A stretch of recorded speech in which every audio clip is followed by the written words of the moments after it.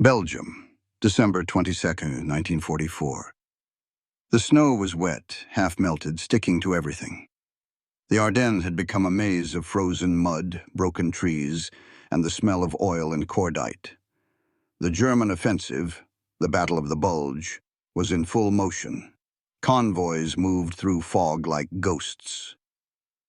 Corporal Raymond Red O'Donnell's crew sat beside a 3-inch M5 anti-tank gun, dug into a hedgerow off a narrow Belgian road. Their assignment was simple: cover the supply trucks retreating west. No one expected air contact that day. The sky was supposed to be on their side. Then they heard it. A rising whine, low and close, cutting through the mist. "Plane!" someone shouted. A dark blur ripped through the treetops just 50 feet above the road. A Focke-Wulf 190, guns blazing, shredding the lead truck. The cannon rounds tore through crates of ammunition, detonating them in flashes that lit the snow red. O'Donnell ducked behind the gun shield. The 3-inch M5 wasn't meant for this. It fired a 15-pound shell at 853 meters per second. Perfect for tanks, useless for planes.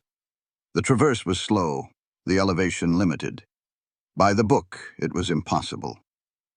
But Red O'Donnell wasn't thinking about the book. He was thinking about rhythm. He tracked the fighter's movement through the gaps in the fog. The FW-190 banked, turned wide, and lined up again for a second pass. The pilot thought the Americans would be pinned down. He was wrong. "Traverse left! Elevate 5!" O'Donnell shouted. His loader froze. "You can't hit that! Load he! 1 round!" The loader slammed the shell in. O'Donnell spun the handwheel, raising the barrel past regulation limits, the hydraulic lock groaning in protest. Through the sights, he saw only gray. No shape, just motion. He did the math without knowing it. Distance, 800 yards. Time of flight, 2.4 seconds. Plane speed, 500 kilometers an hour. Lead angle, 11 degrees. But he didn't say numbers. He said one word: fire. The cannon roared. The recoil crushed the snow under its trail spades. The shell vanished upward, invisible against the fog. 2 seconds. Then a flash. Far ahead, too far to be luck. The FW-190 broke apart mid-turn, fire trailing from its wing root. A split second later, the sound arrived. A hollow thud as wreckage slammed into a hillside. Silence. The crew stared. The loader's mouth hung open. You hit it?" O'Donnell didn't answer. He just looked through the smoke and said quietly, "It flew into the math." Word spread through the line within hours. A tank destroyer gunner had shot down a fighter with a ground cannon. Officers didn't believe it. The odds were astronomical. The manual said it couldn't be done. But the wreckage was real. The gun was real. The coordinates matched. The 3-inch M5 had done something that radar-guided anti-aircraft guns sometimes failed to do: hit a target moving at 150 meters per second, with a projectile traveling 853 meters per second. A collision margin of 0.2 seconds. No radar, no computers. Just a man in the snow with a sense for timing. By dusk, they were already calling it the impossible shot. Some said luck. Others said divine aim. But the truth, the hard, measurable truth, was simpler. He hadn't aimed at the plane. He'd aimed at where the future would be. And for 2 seconds that winter day, one human mind outperformed the machine age. Before that December morning, the U.S. Army's position on ground-to-air fire was clear: don't do it. The manuals didn't even bother to explain how. A 3-inch M5 or 57mm AT gun wasn't designed for the sky. It had a maximum elevation of 37 degrees, no predictive sights, and no traverse speed capable of tracking a plane.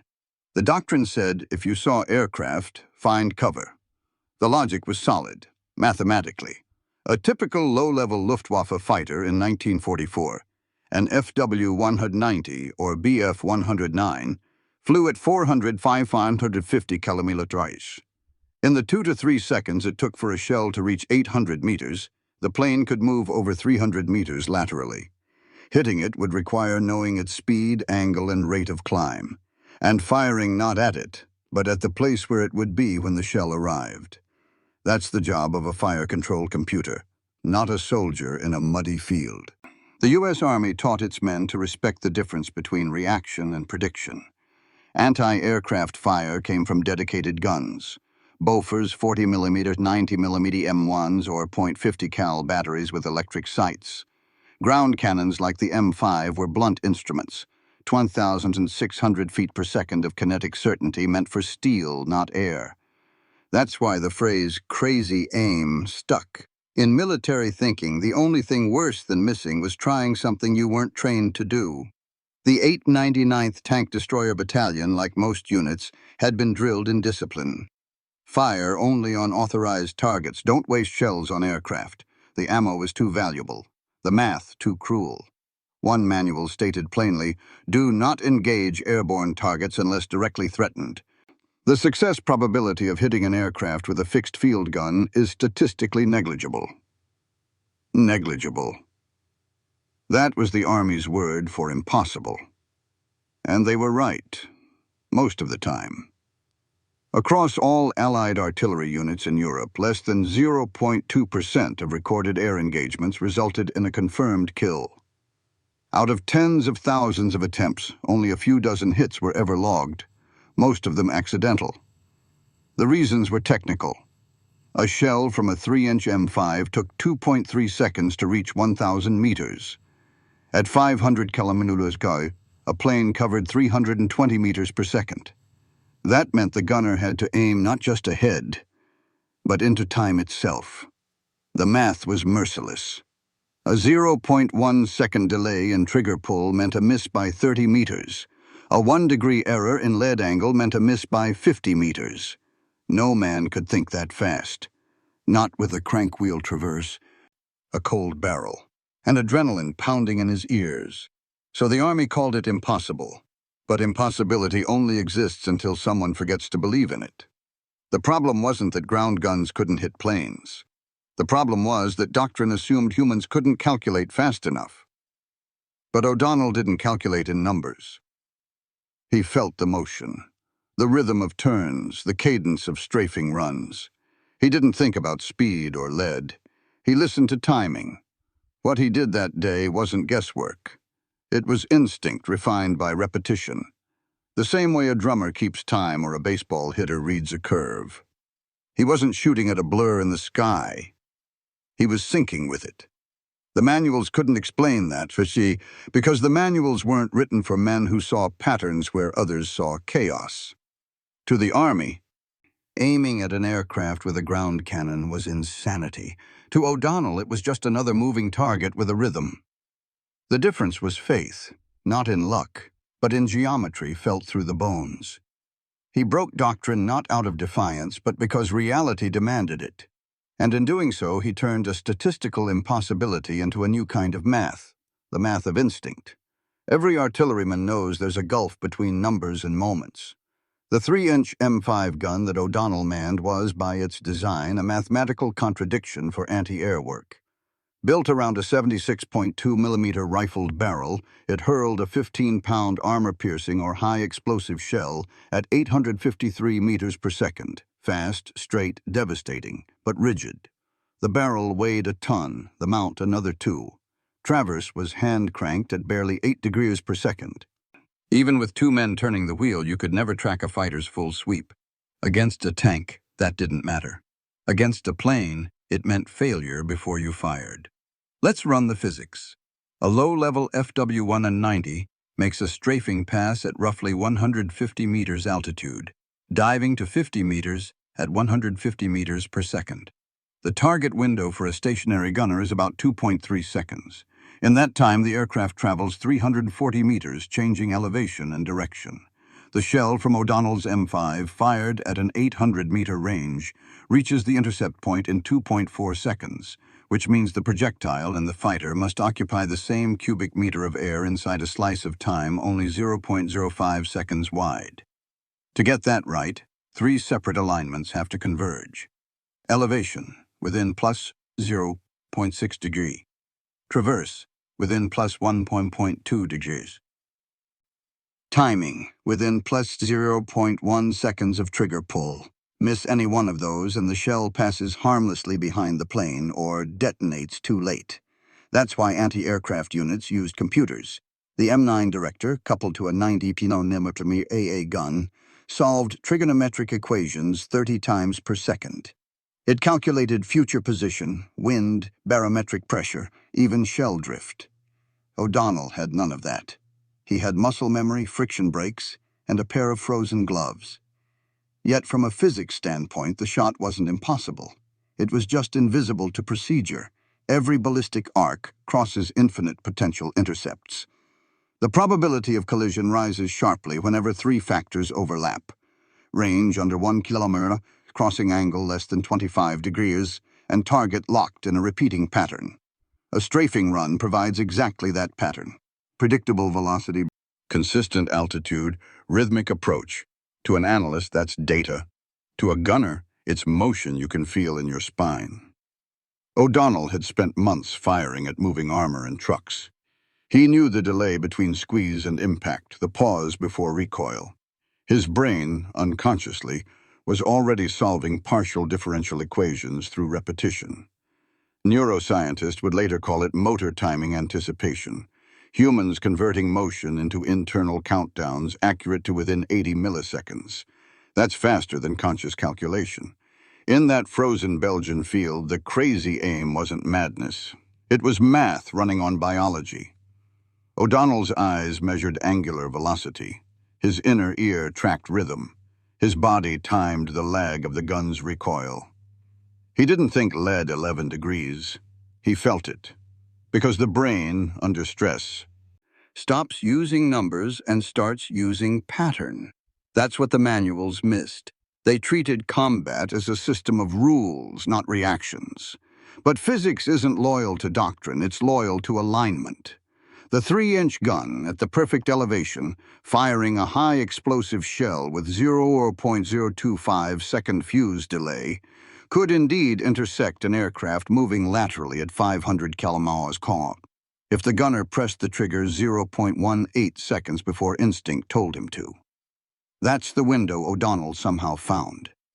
It looked like luck because the Army never built equations for intuition. But behind every miracle shot is math the rule book hasn't learned to write yet. In war, impossibility isn't about physics. It's about procedure. And that December morning, procedure lost. War is full of stories that sound impossible until you run the numbers. Hitting a plane with a stationary cannon seems like madness. But physics never lies, only people do. Let's break it down. A 3-inch M5 gun fires at 853 meters per second. The shell weighs 6.8 kilograms. Air resistance reduces that velocity by about 3% over the first 800 meters, meaning it arrives at 827 milliseconds. That's 0.96 seconds to travel the first half of the distance, another 1.44 seconds to complete the arc, 2.4 seconds total time of flight. Now imagine the Focke-Wulf 190. Its cruising attack speed is 545 kilometers per hour, or 151.4 meters per second. In 2.4 seconds, it travels 363 meters. That means when O'Donnell pulled the trigger, the target he wanted to hit wasn't in his sights. It was over 3 football fields away from where he was actually aiming. This is the cruel geometry of air interception from the ground. You're firing into time, not space. If the shell's fuse delay was 0.025 seconds, a typical setting for an M42 HE shell, the detonation would occur 20 meters beyond the point of impact. If O'Donnell fired too early, the shell would pass under the plane. Too late, and the fighter would already be gone. He had to predict exactly how the plane would move across the valley, its rate of dive, angle of bank, and altitude loss, without instruments, under fire while hand-cranking a 1-ton gun mount. To even approximate that manually would require solving at least 5 variables in real time. Target velocity, V1 equal 151.4 mph. Projectile velocity, V2 equals 827 mph. Angular displacement, 11 degree or lead. Altitude offset, DH 70 medium. Time differential, T equals 2.4 s plus 0.025 SAS fuse delay. Plug those into a basic intercept equation. Tan SAS is V16 FXT, R V1 FXT, where F is the approach angle and R is the initial range. Solve it, and the theoretical lead angle at 800 meters is 10.9 degrees, within 1 degree of what O'Donnell actually adjusted by hand. It's impossible by training standards, but mechanically perfect. There's another cruel number. At that range, the M5's vertical traverse speed of 8 degrees per second means that if he had tried to chase the aircraft mid-flight, the gun would have lagged behind by 0.8 seconds. He didn't chase. He anticipated. He moved before the plane arrived, aiming not at sight, but at sound. The FW-190's BMW 801 engine produced a frequency peak of 92 Hz at low altitude, roughly the pitch of an F-slash note. To a musician, that's rhythm. To O'Donnell, who had worked as a mechanic before the war, it was timing. He recognized the rhythm of the dive and fired on the third oscillation of engine pitch. That's how human perception replaced the missing computer. The Army thought humans couldn't process motion fast enough, but research decades later proved the opposite. Trained gunners can subconsciously calculate trajectory timing within plus 0.15 seconds, accurate enough for ballistic interception. O'Donnell wasn't thinking in degrees. He was synchronizing to tempo. That's why the shot worked once, and never again. It wasn't repeatable by procedure. It was a moment when intuition and physics briefly overlapped, a natural equation closing perfectly in real time. After the battle, an ordnance officer ran the probabilities. Using Monte Carlo modeling, years later in analysis, the odds of a stationary ground cannon scoring a direct hit on a fighter in a 2-second engagement window were roughly 1 in 1/700. That's not luck. That's a perfect equation firing once in a lifetime. War rarely gives that kind of precision. It's usually chaos, smoke, noise. But in that frozen valley, every variable aligned: elevation, speed, rhythm, nerve. And when that happens, impossibility collapses under arithmetic. The manual said you can't shoot up with that. The numbers said otherwise, because sometimes the impossible isn't wrong, it's just untested. The Ardennes sky was the color of ash that morning. The air hung heavy with diesel smoke and the faint whine of aircraft engines echoing somewhere above the fog. O'Donnell's crew huddled beside the M5, its barrel coated with frost, the gunmetal groaning with every tiny movement. The last thing they expected was a Luftwaffe attack. But the war had turned strange in December 1944. The Germans were desperate. Their fighters prowled low through valleys, hunting trucks, artillery, anything that moved. The men heard it before they saw it, a deep mechanical snarl, Doppler shifting through the haze.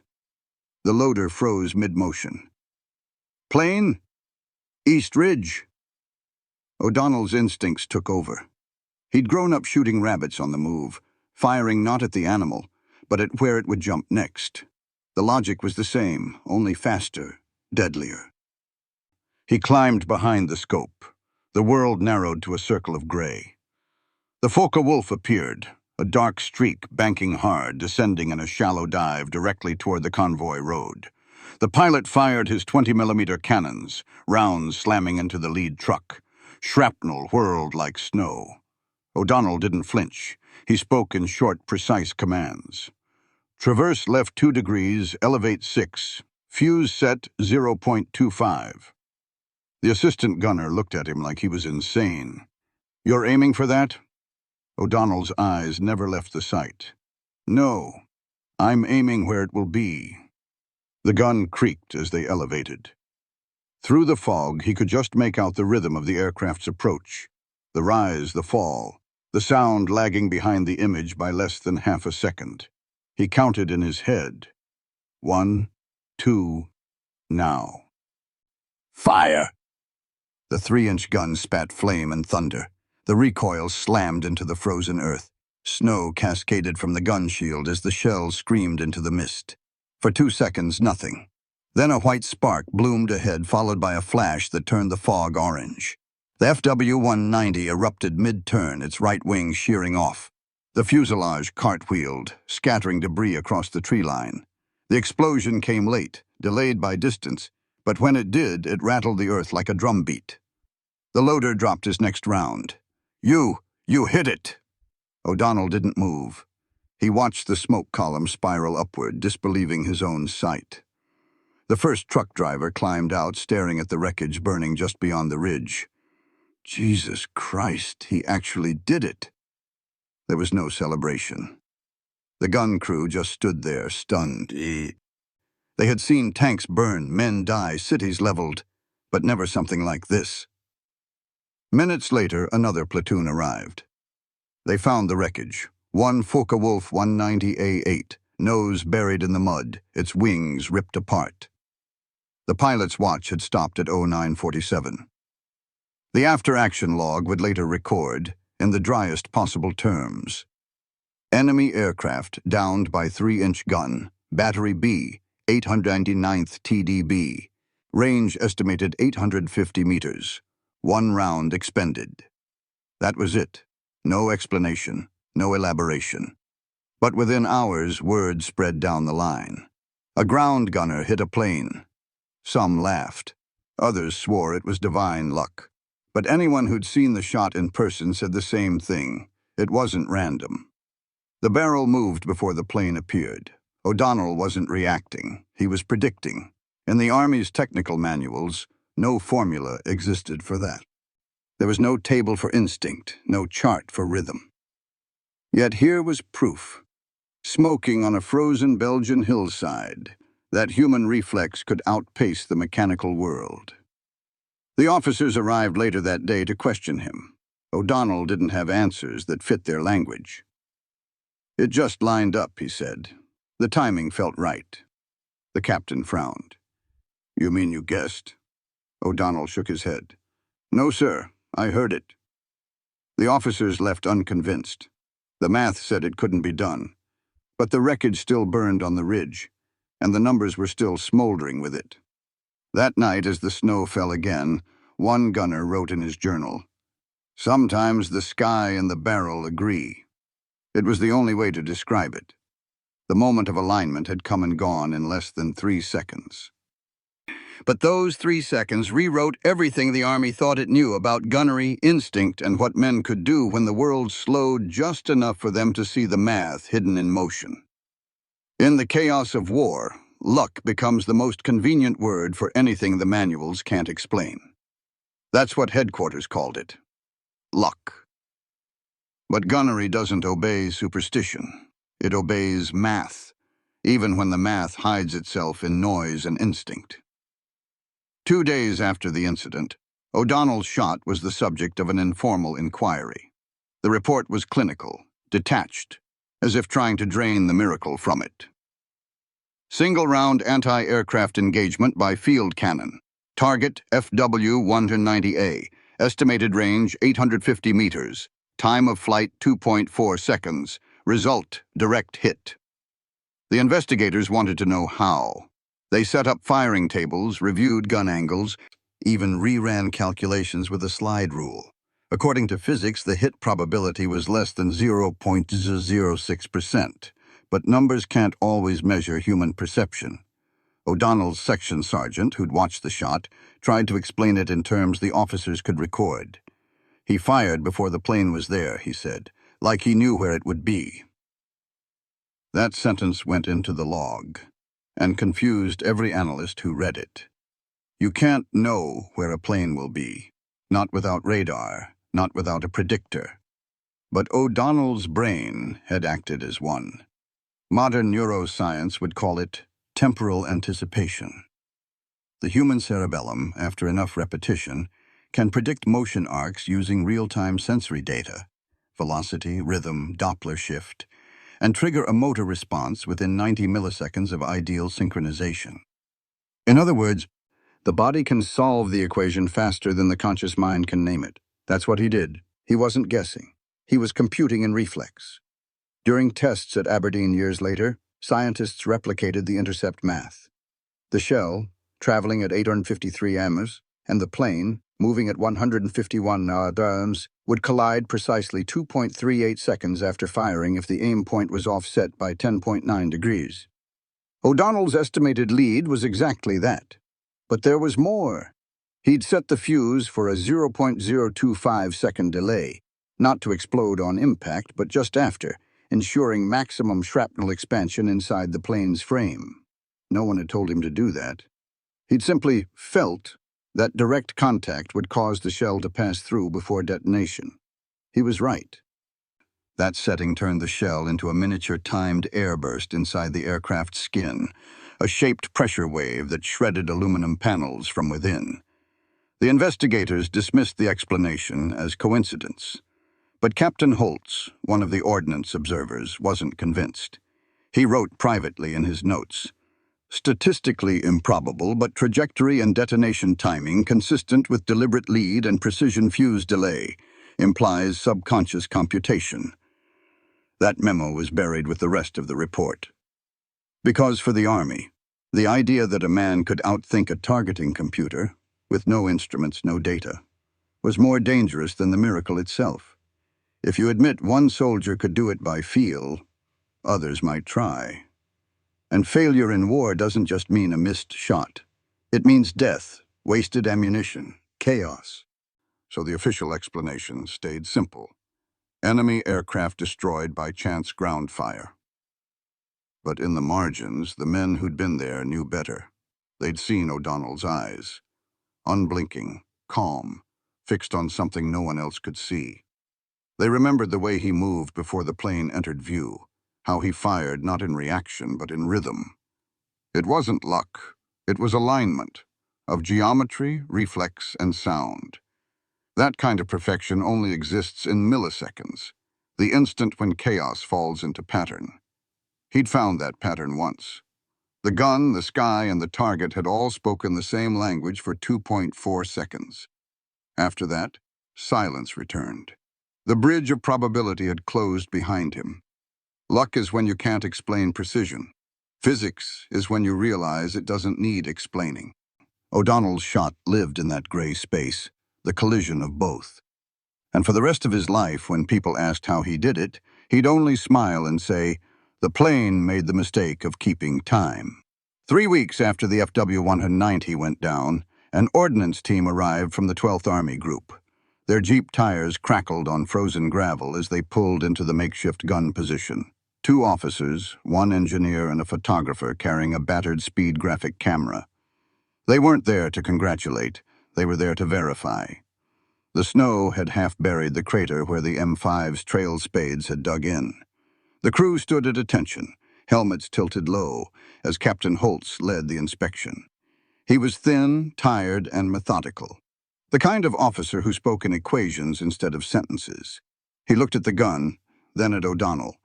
"You're the one who took the shot." "Yes, sir." "Explain how." O'Donnell hesitated, trying to find a language that fit. "I heard it before I saw it, sir, the engine. It was banking into a rhythm. I just timed it." Holtz frowned. "You timed it?" "Yes, sir, like a clock that was already ticking." The engineer crouched near the gun, noting the elevation lock was scored and stiff. The barrel bore was clean. They measured the traverse position, then paced out the direction of fire toward the burned tree line. "Range about 800 meters, Holtz said, scribbling in his notebook. "Impact zone aligns with the valley floor. If he hit anything, it had to be right as the plane leveled out of its dive." He motioned for the photographer. "Document the gun, elevation mark, and line of fire." For hours, they reconstructed the event. The engineer calculated time of flight, wind drift, fuse delay. Every variable was accounted for. The equation said it was possible, but only theoretically under perfect timing. That word, perfect, hung in the air like accusation. When the tests were done, Holtz pulled O'Donnell aside. "You realize your shot contradicts every gunnery table we have?" "Yes, sir." "Do you understand what that means?" O'Donnell nodded. "It means the tables don't move as fast as the war does." Holt said nothing for a moment, then softer. "You got lucky." O'Donnell met his eyes. "Maybe, sir. But I've never seen luck hit a moving target twice." The board convened at division headquarters a week later. They filed a 3-page report. Engagement of enemy aircraft by M5 3-inch gun, 899th TD-BN. Conditions, fog, low visibility. Result: confirmed destruction of Forte 190A. Method: unaided visual estimation. Conclusion: anomaly. Further study not recommended. One copy went to the Ordnance Department. Another disappeared into the archives. But Holtz wrote a private memo, never signed, never submitted, detailing the real findings. He outlined the precise angle, the 0.25-second fuse delay, the wind speed, and O'Donnell's synchronization with engine rhythm. He described it not as luck, but as unrecorded computation. The subject demonstrates predictive instinct within limits equal to mechanical predictors at short range, he wrote. The event implies that human cognition, under extreme stress, can perform target prediction spontaneously. The memo sat in a drawer at SHAEF headquarters until long after the war. Years later, engineers testing early radar-guided guns at Aberdeen would cite an unexplained field intercept from 1944 as inspiration for testing reflex synchronization in gunners, a study that later informed analog gun directors used in Korea. None of them knew the name attached to that intercept. Back in Belgium, O'Donnell's unit rotated out of the line. He never spoke of the shot again. When his crew joked about it, he'd shrug and say, "That plane flew wrong, that's all."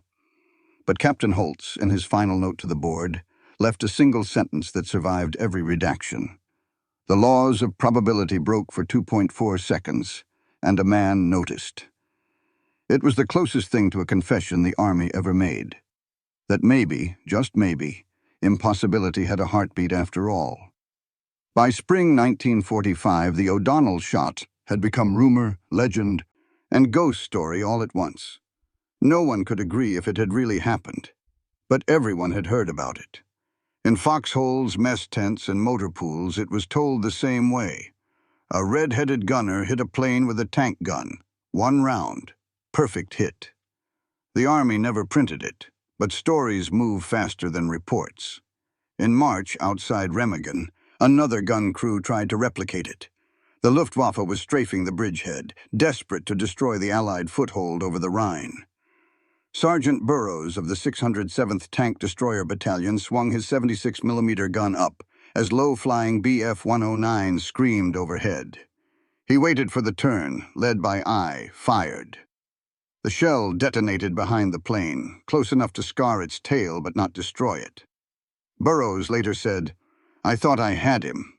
I could feel it lining up. Like a heartbeat I almost matched." Others tried too. Sometimes they got close. Most missed. The manual still said don't fire, but every gunner now asked himself the same question. What if? By May, the war in Europe was nearly over, yet the story refused to die. Officers dismissed it as morale myth-making, a fantasy born of cold nights and wishful thinking. But inside ordnance laboratories, engineers quietly began testing the theory. They set up 3-inch guns on mechanical mounts, simulating aircraft at low altitude. Using O'Donnell's reported angles and fuse delay, they ran hundreds of test shots. The result was unnerving. While most rounds missed, a handful hit within the same envelope. Lead offset between 10 and 12 degrees, fuse delay 0.02 to 0.03 seconds, range under 900 meters. The tests proved something subtle but extraordinary. The impossible shot wasn't unique. It was merely improbable, a perfect intersection of physics, reflex, and timing that could happen again under the right chaos. Holtz's earlier memo resurfaced, this time circulated among research officers. His term, unrecorded computation, stuck. In internal discussions, they called it O'Donnell timing.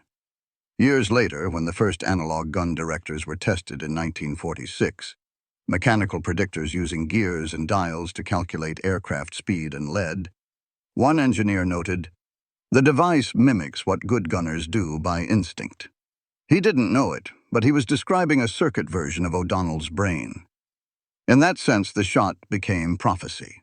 The U.S. Army's post-war Human Factors in Fire Control report used real battle anecdotes to study how soldiers estimate moving targets.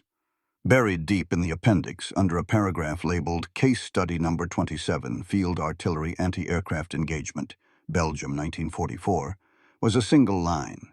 Subject achieved computed intercept without instruments, reflex interval estimated at 0.18 seconds. Human factor exceeds mechanical delay. That meant O'Donnell's brain, under stress, in fog, in freezing weather, processed faster than the finest analog predictor available at the time. But the field would never know that.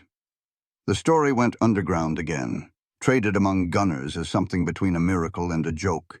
The official Army history would call it anecdotal. Only men who had ever fired a cannon in combat believed it.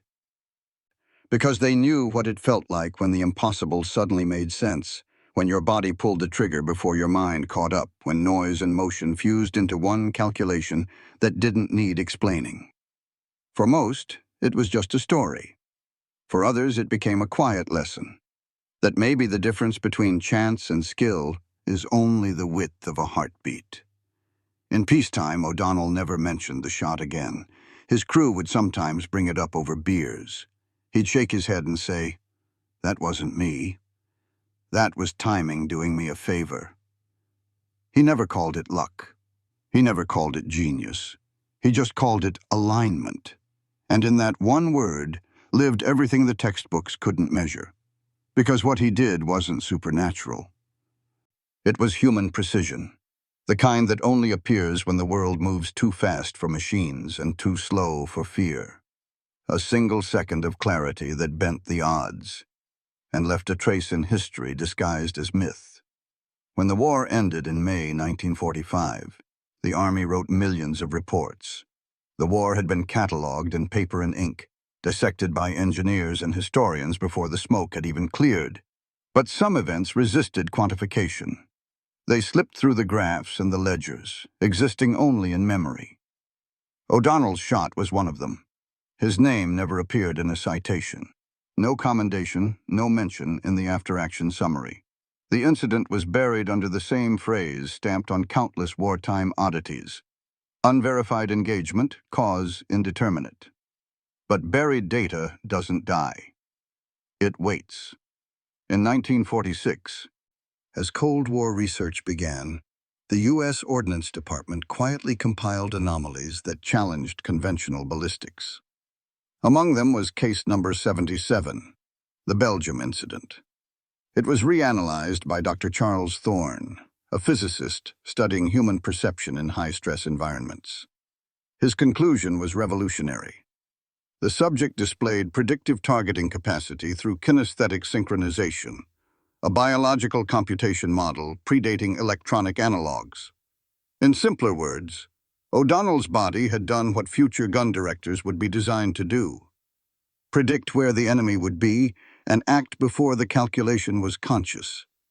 That report was classified for decades, but the implications were vast. It proved that human timing could, under stress, close the gap between reaction and prediction, that the brain's internal metronome could function as a natural fire control computer. Holtz's term, unrecorded computation, became kinesthetic targeting. It informed the design philosophy of early analog predictors used in the Korean War, and later digital systems that modeled neural delay to mimic human reflex arcs. What had started as a field rumor became a principle of design. For O'Donnell, none of that mattered. He returned home, traded his gun for a factory wrench, and refused interviews. When asked by a neighbor about the war, he'd shrug and say, "It was loud and sometimes it made sense." But his story persisted. Every generation of artillerymen heard a version of it, sometimes in France, sometimes Italy, sometimes the Pacific, the tale of a man who shot a plane from the sky with a gun that couldn't aim that high. Each retelling stripped away detail and added awe until it became something between myth and parable. Yet even stripped to its bones, the truth stayed. One man had fired at motion, and motion blinked. The army had always trusted machines more than men. Machines were measurable, predictable, but machines lacked something O'Donnell had: rhythm. That sense that war, at its deepest layer, isn't chaos but cadence. Every pass of an aircraft, every burst of a machine gun, every delay between sound and shockwave, all part of a mechanical heartbeat. He listened to that heartbeat and fired in time. What followed wasn't miracle or luck.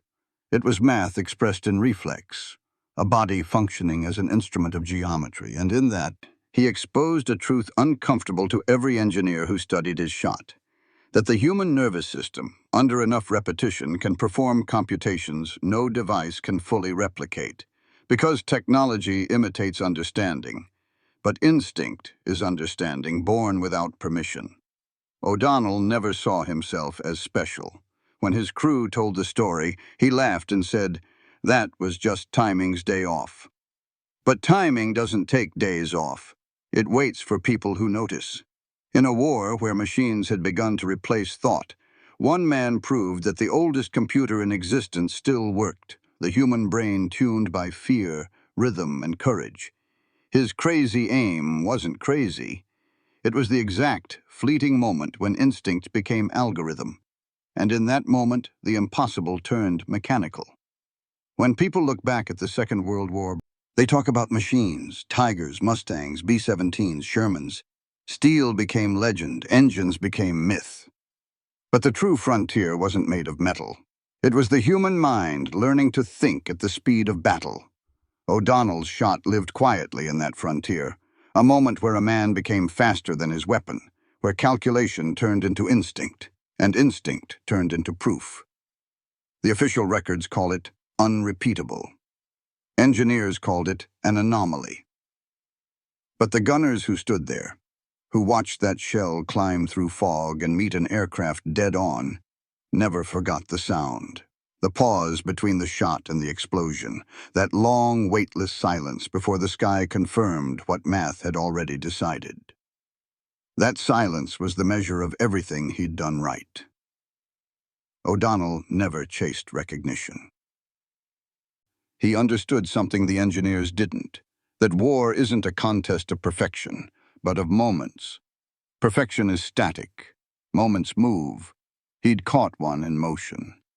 Years later, when proximity fuses, radar directors, and guided munitions filled the arsenals of the next war, few remembered that the first predictor wasn't a machine. It was a heartbeat counting down between the pull of a trigger and the echo of a kill. The shot was never luck. It was the moment when every variable, speed, wind, rhythm, and fear, collapsed into alignment. That kind of clarity doesn't last. It can't. It burns too bright to repeat. But once it happens, it proves something about us: that even surrounded by machines, humans are still capable of impossible precision. If you stand in an empty field in the Ardennes today, you can still see the slope where his gun stood, a small depression half reclaimed by moss and frost. No plaque, no marker, just quiet. Somewhere beneath that soil, fragments of a 3-inch shell rest inside the earth, frozen between disbelief and proof.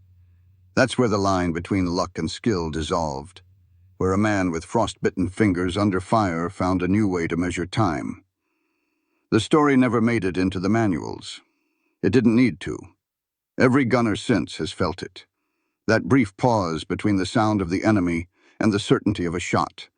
The instant where doubt turns to decision. That's where O'Donnell still exists, not in reports, but in reflex. He didn't need medals, he didn't need fame. His victory was quieter than that. He'd found a truth that physics already knew, but war kept forgetting. You don't defeat chaos by mastering it. You defeat it by syncing with it. And on that day in the Ardennes, for 2.4 seconds, one gunner did exactly that, aligning man, machine, and moment into a single perfect trajectory. He aimed at the future, and the future blinked first.